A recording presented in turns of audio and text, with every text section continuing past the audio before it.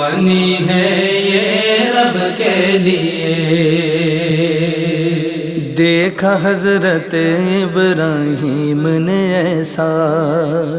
قربان کر رہا ہوں خواب میں بیٹا۔ ناظرین کرام السلام علیکم، میں شاہد مسرور آپ کی خدمت میں حاضر ہوں احساس کی جانب سے، احساس فاؤنڈیشن کی جانب سے۔ آپ دیکھیے کہ قربانی 2023 کی یہ اپیل ہے، اور آپ نے دیکھا ہے کہ خواجہ غریب نواز ویلفیئر ٹرسٹ انٹرنیشنل کے تحت ہم اہتمام کر رہے ہیں آپ کے لیے قربانی کا۔ اور جب خواجہ غریب نواز ویلفیئر ٹرسٹ کے تحت ہم آپ کی خدمت میں حاضر ہوتے ہیں تو ہمیشہ ہم آپ سے بات کرتے ہیں خدمت انسانی کی، کیونکہ اصل مقصد ہمارا یہی ہے، آپ کا بھی یقیناً اصل مقصد ہمیشہ یہی رہا کہ اللہ تعالیٰ کی مخلوق کی خدمت کسی نہ کسی طریقے سے، کسی نہ کسی زاویے سے آپ اور ہم انجام دیں اور اللہ کی رضا حاصل کر سکیں، جس کے لیے ہم سال میں مختلف طریقوں سے آپ کی خدمت میں بھی حاضر ہوتے ہیں اور مختلف پروجیکٹس کے تحت بھی کام کرتے ہیں، اور وہ آپ کی خدمت میں ہم عرض کرتے رہتے ہیں، آپ کے گوش گزار کرتے رہتے ہیں کہ خواجہ غریب نواز ویلفیئر ٹرسٹ انٹرنیشنل کس طریقے سے اپنے فرائض انجام دے رہا ہے۔ اب اس وقت پہ جو قربانی کا جو سلسلہ ہے، اس قربانی کے سلسلے میں اصل مقصد وہی ہے کہ اللہ کی رضا حاصل کی جائے اور اللہ کی جو مخلوق ہے اس کی کسی نہ کسی طریقے سے خدمت کی جائے۔ وہ لوگ جو مصائب کا شکار ہیں، دنیا بھر میں غربت بہت زیادہ ہے، اور کیونکہ دنیا بھر میں غربت بہت زیادہ ہے، غربت کی وجہ سے لوگ بہت متاثر ہوئے ہیں، اور جب لوگ متاثر ہوئے ہیں تو لوگوں کے معاملات جو ہیں وہ بھی کچھ پہلے کی نسبت خراب ہو گئے ہیں۔ اب ہم آپ کی خدمت میں جو بات اصل میں عرض کرنا چاہ رہا ہوں وہ یہ ہے کہ ہم بحیثیت مسلمان جب ایک بڑا فریضہ انجام دے رہے ہیں اور دیتے ہیں قربانی کا فریضہ، تو اس فریضے کو انجام دینے کے لیے بھی ہمیں یہ بتایا گیا ہے کہ تم اپنے رشتہ داروں کا بھی اور اس کے ساتھ غریب غربا کا بھی خیال کرو کہ جب قربانی کرو، جو کہ واجب ہے تم پر، تو قربانی کرنے کے بعد ایک حصہ اپنے رکھو، ایک رشتہ داروں کو دو، اور ایک جو ہے وہ غریب غربا تک پہنچاؤ۔ اب یہ بھی اس طریقے سے کہ انسان قربانی کر کے ایک تو اس خوشی کا خود حصہ بن جاتا ہے، اور دوسری بات یہ ہے کہ عید کیونکہ ملانے کا ایک بہانہ بھی ہے، ایک ذریعہ بھی ہے، اور عید کے موقع پر لوگ آپس کے رشتے استوار کرتے ہیں، تو جب رشتہ داروں اور پڑوسیوں کے پاس ہم جاتے ہیں، بلکہ یہ ایک سلسلہ ہوتا ہے کہ ہم ان کے یہاں گوشت پہنچاتے ہیں، وہ ہمارے یہاں گوشت پہنچاتے ہیں، اور باہمی ربط، محبت، تعلق جو ہے وہ مضبوط ہوتا ہے۔ پھر اس کے بعد ہم ان لوگوں تک جاتے ہیں کہ جو ضرورت مند ہیں، ان تک بھی گوشت پہنچاتے ہیں۔ خواجہ غریب نواز ویلفیئر ٹرسٹ کے تحت جب آپ یہ قربانی کا فریضہ انجام دے رہے ہوتے ہیں تو وہاں ایک جو بڑا آپشن آتا ہے وہ یہ آتا ہے کہ جتنا قربانی کا گوشت ہے وہ غربا میں تقسیم کر دیا جائے، اور تقسیم کر دیا جاتا ہے۔ جو لوگ اپنا حصہ لینا چاہتے ہیں وہ بلا شبہ لے کے جاتے ہیں، لیکن اکثریت ان لوگوں کی ہے دنیا بھر سے، کیونکہ ہمارے ساتھ جو ہمارے بہن بھائی شریک ہوتے ہیں ان کا مقصد یہی ہوتا ہے کہ خواجہ غریب نواز ویلفیئر ٹرسٹ انٹرنیشنل کے تحت اس طرح سے قربانی کا فریضہ انجام دیا جائے کہ ایک تو قربانی کے ذریعے جو اللہ کی رضا حاصل کی جا رہی ہے وہ حاصل کر لی جائے، اور دوسرا یہ کہ دوسرے مرحلے میں اس کار خیر کو مزید وسعت دیتے ہوئے جو غربا تک پہنچایا جاتا ہے قربانی کا گوشت، اور اس کے ساتھ دیگر لوازمات کے ذریعے بھی ان کی خدمت کرنے کا جو طریقہ اختیار کیا گیا، کیونکہ کھالے ہیں اور دوسری چیزیں ان سے بھی غربا کی آپ دیکھ رہے ہیں کہ اسکرین پر آپ کو نظر آ رہا ہے کہ قربانی کے علاوہ بھی خدمت انسانی کے کچھ امور ہیں جو انجام دیے جاتے ہیں۔ اسی طرح سے ایسی آبادیوں میں جہاں غریب لوگ بستے ہیں جو آج کل پریشان ہیں آج کل کے معاملات اور حالات کی وجہ سے، اور انہیں بھی عید کی خوشیوں میں شامل کرنا ہے، تو جس طرح سے ہم اپنے گھروں میں عام طور پر ایسا کرتے ہیں نا کہ رشتہ داروں کو بلایا یا ہم چلے گئے کہیں جی کیونکہ گھر میں جانور کٹا ہے، گوشت ہے، تو باربیکیو پارٹیز ہو رہی ہیں،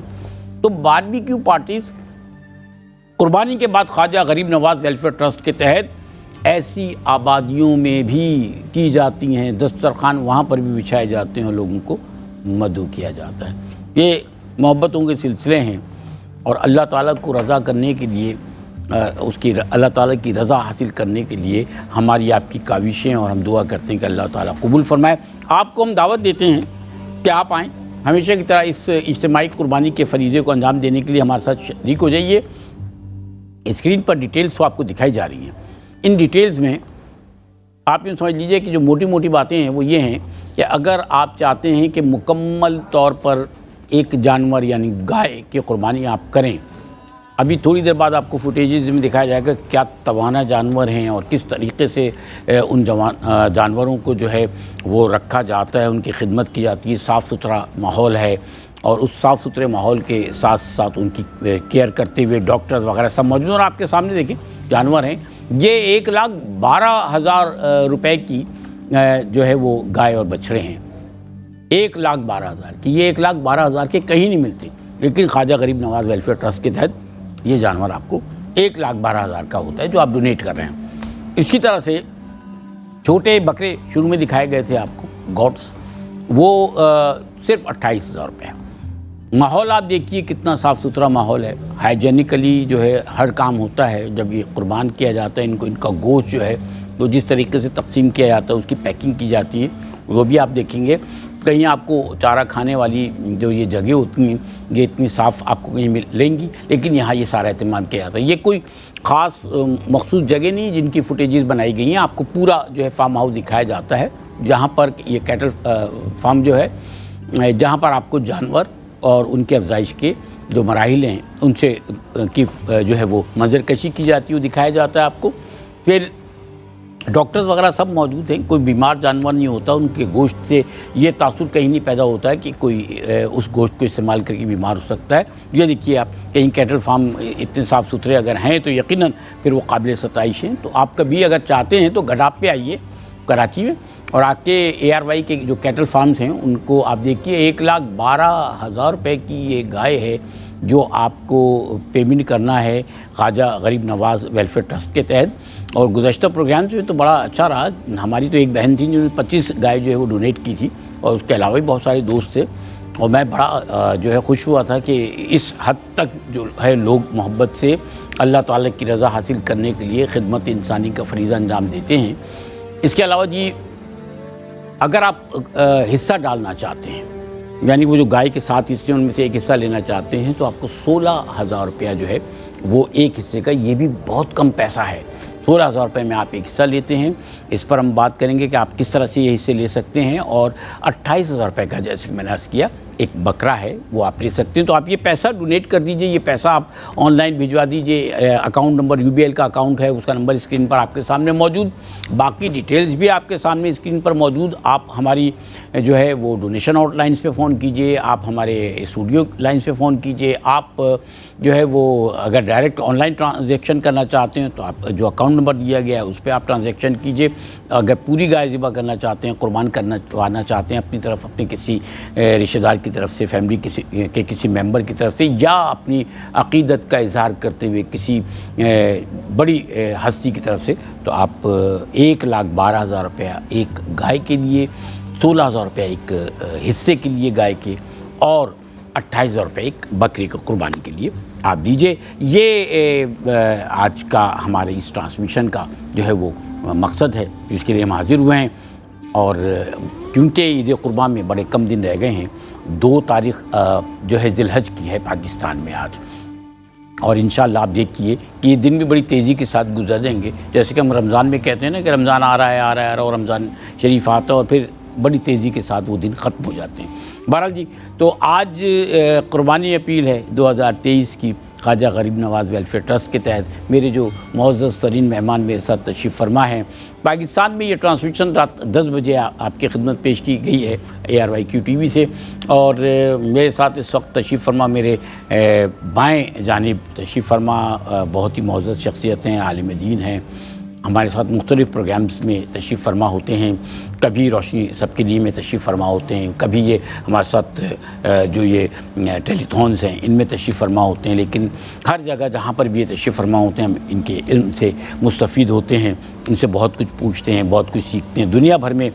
جو ہے ان کے علم کے ذریعے دیکھنے والے یعنی آپ بھی اور پھر ہم بھی ان سے مستفید ہو رہے ہیں۔ ہمارے ساتھ محترم مفتی احمد سعید نورانی صاحب تشریف فرما ہیں۔ السلام علیکم جناب۔ وعلیکم السلام ورحمۃ اللہ وبرکاتہ۔ کیسے ہیں سر آپ؟ خیریت سے؟ صاحب کی دعائیں الحمدللہ ماشاء اللہ ماشاء اللہ۔ میرے دائیں جانب جو شخصیت تشریف فرما ہیں، ہمارا طریقہ کار ہے کہ ہم اس ٹرانسمیشن میں ہمیشہ کسی ایسی سماجی شخصیت کو بھی مدعو کرتے ہیں کہ جو سوشل ویلفیئر کر رہے ہیں، کسی بھی طریقے سے سوشل ویلفیئر کر رہے ہیں اپنی زندگی میں، اپنے معاملات میں انہوں نے اس ویلفیئر کے مقصد کو شامل کر رکھا ہے۔ میرے ساتھ جو محترم تشریف فرما ہیں، یہ ایک طویل عرصے سے یہ فریضہ یعنی خدمت انسانی کا فریضہ انجام دے رہے ہیں، سماجی بہبود کا فریضہ انجام دے رہے ہیں۔ میری ان کی واقفیت بھی بہت پرانی ہے، بہت پرانے میرے دوست بھی ہیں اور پھر صحافت کے شعبے سے بھی وابستہ ہیں۔ یہ میمن کمیونٹی کا ایک جو ہے وہ ادارتی شعبہ ہے، بلکہ ان کا اپنا ادارتی جو ہے وہ ایک میگزین ہے، جریدہ ہے۔ اس جریدے کے یہ کرتا دھرتا ہیں، میں مینیجنگ ایڈیٹر کہوں جو کچھ بھی کہوں، تو بڑے عرصے سے یہ صحافیانہ خدمات بھی انجام دے رہے ہیں۔ میرے ساتھ تشریف فرما محترم جاوید میمن صاحب، السلام علیکم۔ وعلیکم السلام۔ کیسے ہیں آپ؟ ٹھیک ہیں؟ ماشاء اللہ ماشاء اللہ۔ اور ہمارے ساتھ تشریف فرما ہمارے ایک اور دوست، اب میں نے دوست کہا تو یہ ہنسنے لگے ہیں ماشاء اللہ سے۔ اصل میں ہماری محبتیں ایسی ہیں کہ ہم ایک دوسرے کو دیکھتے ہی ہیں تو ہمیں جو ہے ہمارے چہروں پہ مسکراہٹیں آ جاتی ہیں، اور کیونکہ بڑی اچھی اچھی یادیں ہماری ایک دوسرے سے وابستہ ہیں۔ تو میرے ساتھ دنیا نعت کا ایک بہت بڑا نام، اور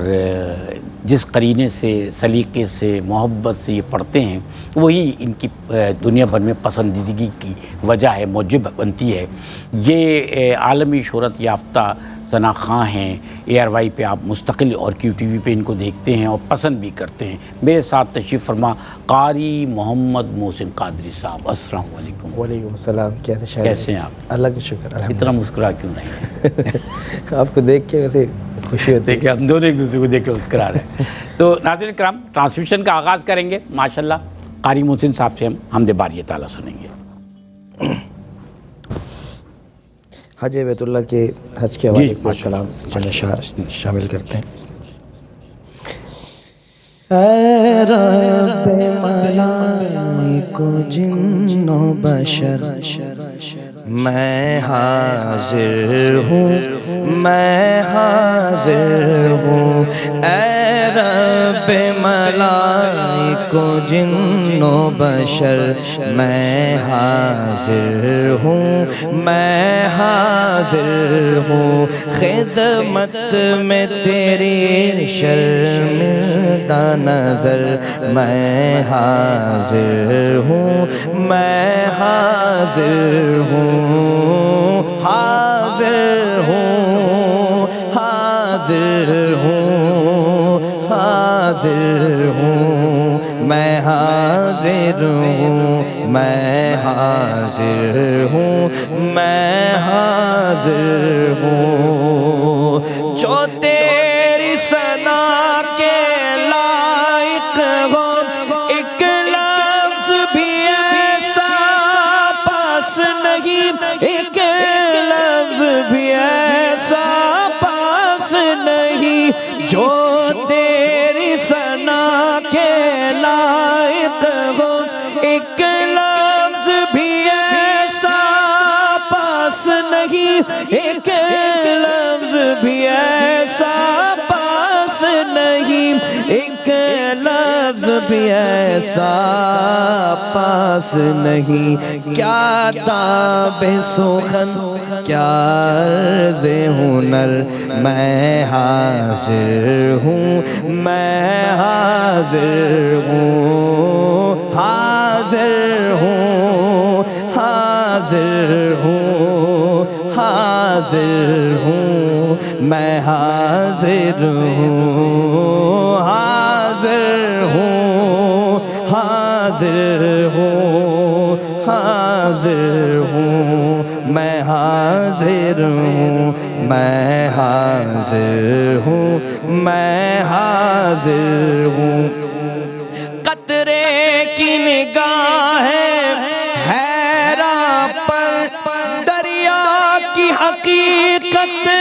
کیسے کھلے دریا کی حقیقت کیسے کھلے دریا کی حقیقت کیسے کھلے میں جانتا ہوں یہ بات مگر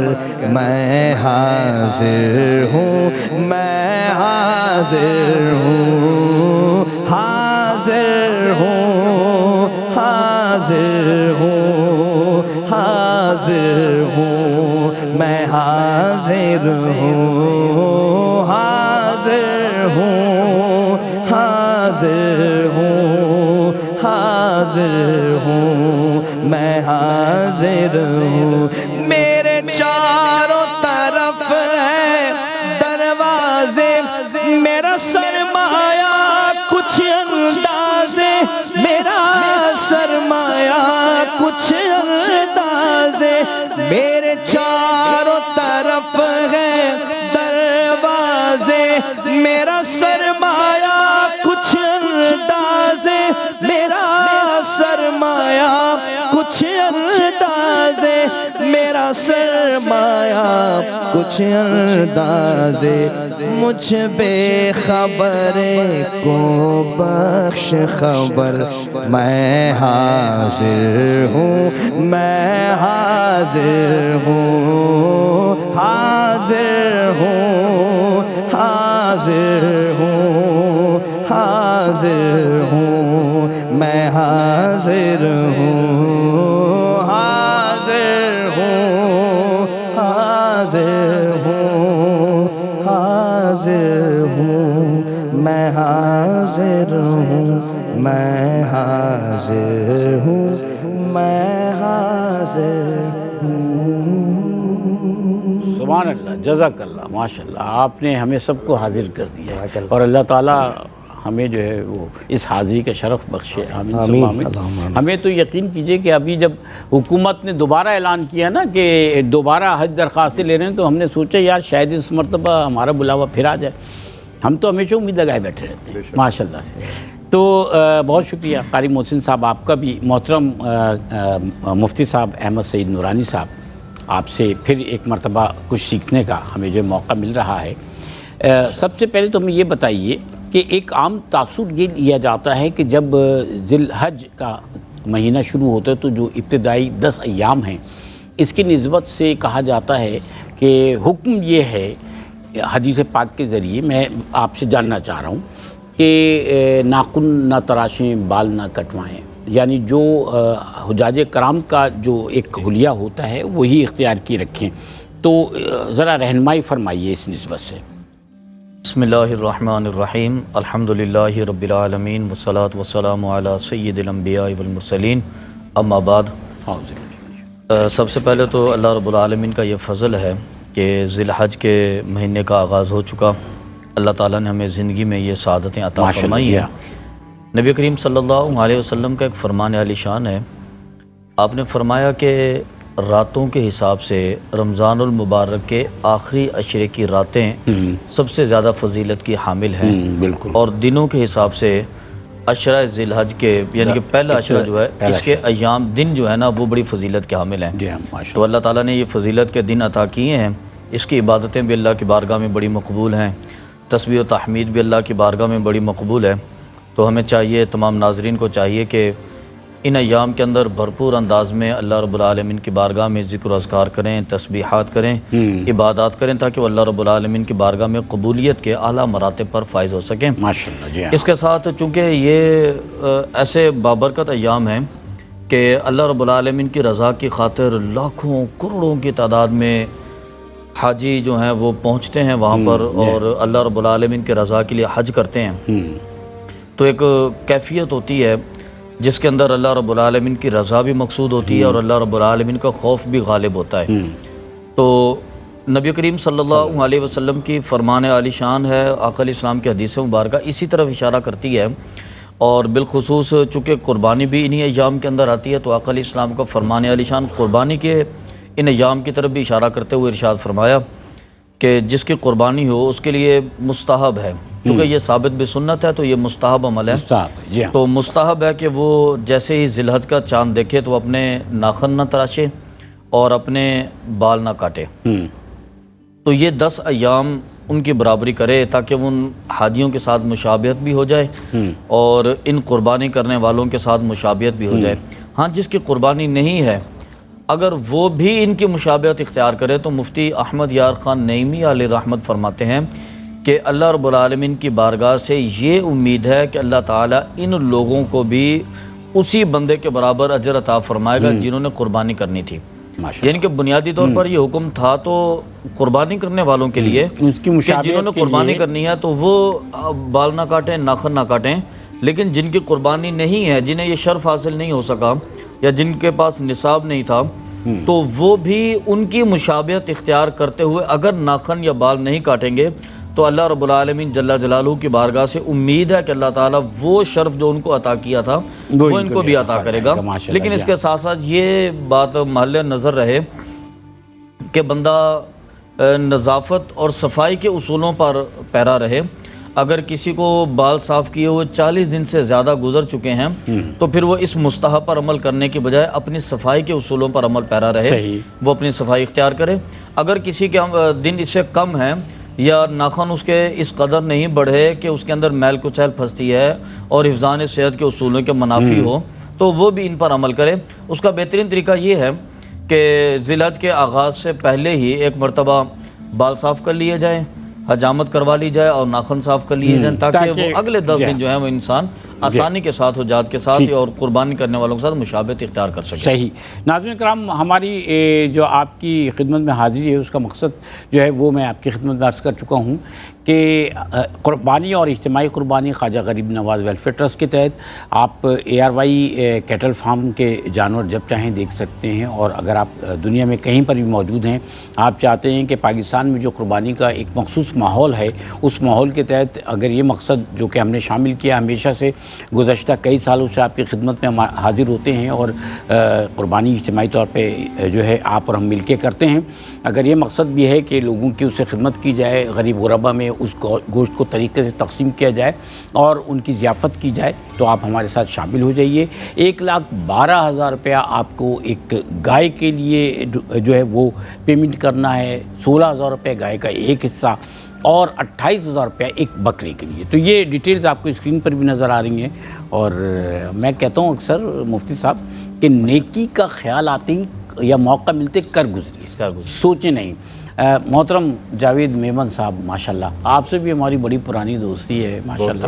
اور آپ کو ہم نے ہمیشہ جو ہے وہ متحرک پایا ہے، چاہے وہ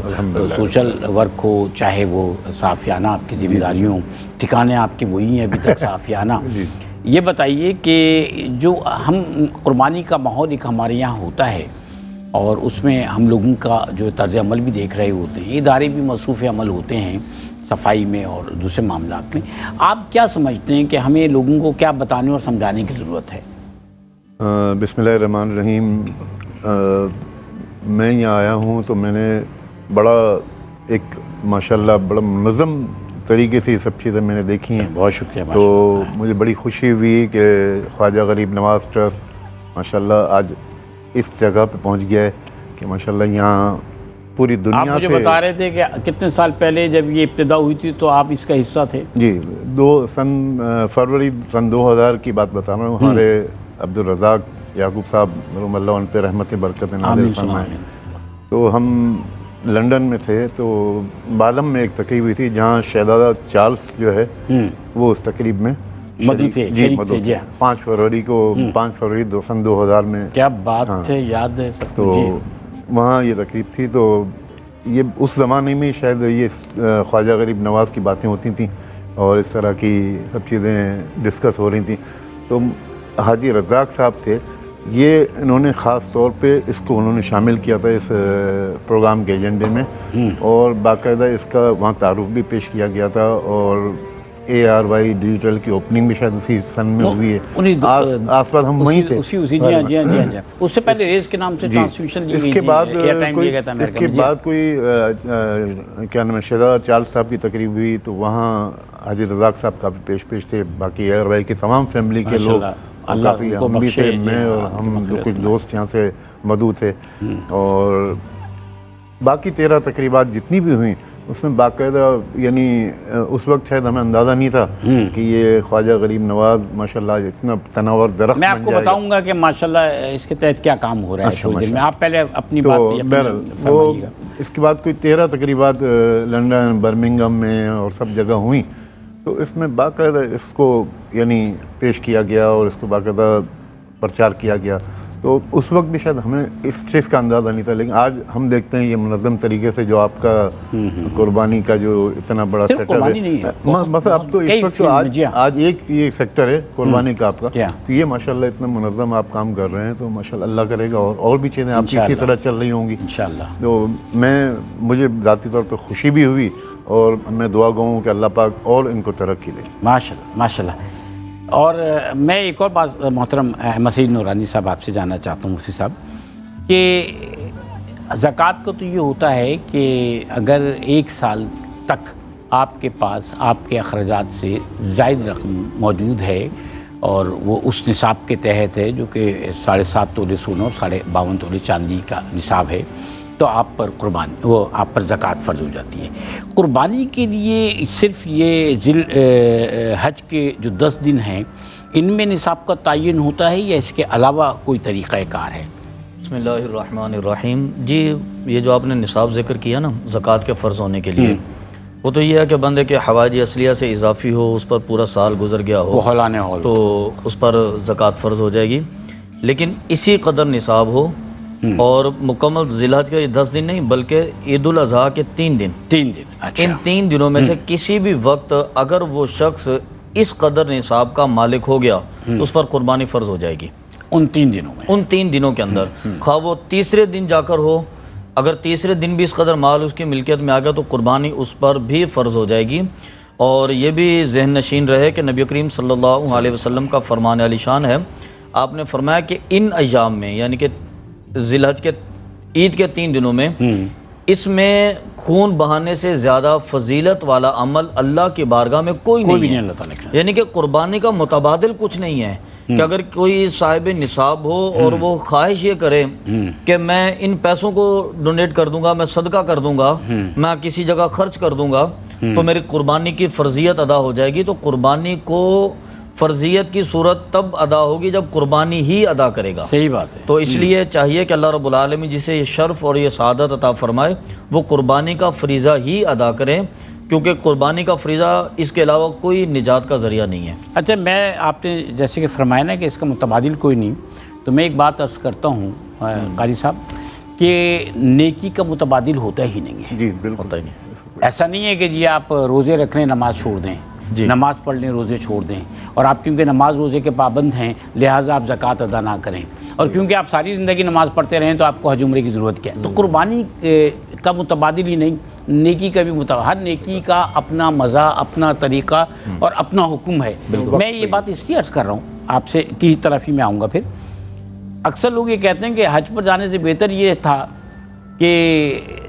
4 بچیوں کی شادی کرا دیتے کسی کی. ایسی بات ہوتی ہے نا، اکثر میں نے سنا ہے. جی میرا اپنا ذاتی خیال یہ ہے کہ اگر کوئی نوجوان جو ہے وہ شادی کر رہا ہے، 4 نوجوان 4 بچیوں سے شادی کر رہے ہیں، چلیں ایک نوجوان ہے 1 بچی سے شادی کر رہا ہے، تو اس بچی کی تقریب کے انعقاد کے لیے یا پھر جہیز کے لیے کوئی ایک غیر متعلقہ شخص اپنا حج چھوڑ کر کیوں پیسے دے، جبکہ وہ نوجوان ساری زندگی کے لیے اس لڑکی کی ذمہ داری اٹھانا چاہتا ہے. جبکہ شادی میں اتنے فضول خرچی کرنے بھی نہیں چاہیے. اول تو وہ سب کچھ ہے غیر. جب آپ بات کرتے ہیں کہ مہر جو ہے وہ حضرت بی بی فاطمہ رضی اللہ تعالیٰ عنہا کا رکھنا ہے، تو جہیز کی بات کیوں نہیں کرتے کہ جہیز پھر کس نے دیا تھا؟ وہ نہیں کہیں گے کبھی بھی جہیز وہ والا نہیں چاہیے. مہر وہ والا چاہیے، اور وہ آج کے نصاب میں چاہیے، کیونکہ لڑکی والوں کو دینے کے لیے کم سے کم، بچی کے لیے کم سے کم پیسوں، لیکن جہیز وہ والا نہیں چاہیے. تو ہمارے پاس کچھ اسٹینڈرڈز ایسے ہیں کہ ہم نے بھی اپنی پسند کی چیزوں کو رکھا ہے. تو میں اکثر یہ کہتا ہوں کہ جب کوئی لڑکا کسی لڑکی سے شادی کر رہا ہے تو ساری ذمہ داری اس کی ہے. ایک غیر متعلقہ شخص جو ہے وہ اس کو انوالو کیوں کیا جائے کہ جی وہ اپنی عبادات چھوڑ کے ایسا کرے؟ اکثر یہ کہا جاتا ہے. میں چاہ رہا ہوں پہلے آپ فرمائیں پھر آپ فرمائیے. بسم اللہ الرحمن الرحیم. اچھا، اصل میں ہمارے ہاں یہ ایک المیہ ہے کہ عبادات کے مقابلے میں ہم تقابل اختیار کرتے ہیں، عبادات کے مقابلے میں تقابل نہیں ہوتا.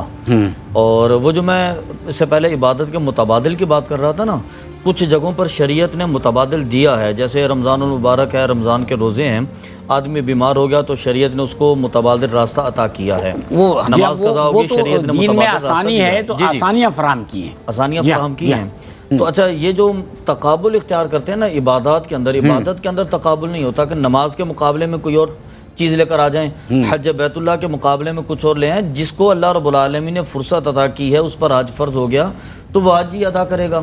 باقی رہا کہ وہ بجائے حج کرنے کے وہ بچوں کی شادی کروا دے، تو اس کے بجائے تو پھر بہت سارے دنیاوی معاملات میں بھی بات آ جائے گی. جب دین کے معاملے میں کوئی سیلیبریٹی کی بات آتی ہے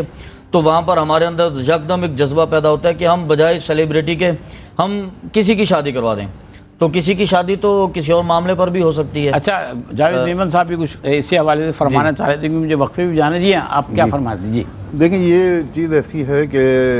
اللہ تعالیٰ نے جس کو استطاعت دی ہے تو لاکھوں لوگ حج کے لیے جاتے ہیں. اگر آپ نہیں جائیں گے تو کوئی اور جائے گا. لیکن اگر آپ کے نصیب میں اس دفعہ لکھا ہے اور اللہ پاک نے آپ کو استطاعت بھی دے دی ہے تو میں کہتا ہوں وہی فریضہ ادا کرنا چاہیے انسان کو. کیونکہ باقی سب چیزوں کے لیے اللہ پاک نے راستے رکھے ہیں، نیکی بھی کریں، راستے رکھے ہیں اللہ پاک نے. اللہ تعالیٰ نے فرمایا، اللہ تعالیٰ نے فرمایا تم حج کرو گے میں تمہیں غنی کر دوں گا. ایسے ہی ہے نا، تو جو غنی ہوگا وہ باقی نیکیاں بھی کرے گا. اور بھی وسائل آپ کو ملتے رہیں گے، آپ اس کی نیت کر کے اس کو پورا کر لیں اور باقی چیزیں اللہ پاک خود پوری کرے گا. تو نیکی کرنا اچھی بات ہے، لیکن ایک نیکی چھوڑ کے دوسری نیکی کرنا، آپ ساری نیکیاں کریں، نیت اچھی ہوتی تو اللہ تعالیٰ جو ہے سب پوری کروا دیتا ہے. سب پوری کروا دیتا ہے. قاری محسن صاحب، آپ سے کلام سننا ہے ماشاءاللہ سے. آپ نے کتنی محبت سے پہلا کلام پڑھا تھا، بہت اچھا لگا سر. پیش کرتا کعبے کی رونق، کعبے کا منظر، کہاں مجھ کو میرا مقدر. اللہ اکبر، اللہ اکبر، اللہ اکبر، اللہ اکبر. حمد خدا سے تر ہے زبان، کانوں میں رس گھولتی ہے اذان. حمد خدا سے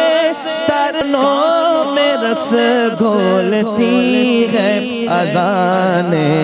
بس ایک صدا آ رہی ہے برابر، بس ایک صدا آ رہی ہے برابر. اللہ اکبر، اللہ اکبر، اللہ اکبر، اللہ اکبر. قطرے کو جیسے سمندر سمیٹے، مجھ کو مطاف اپنے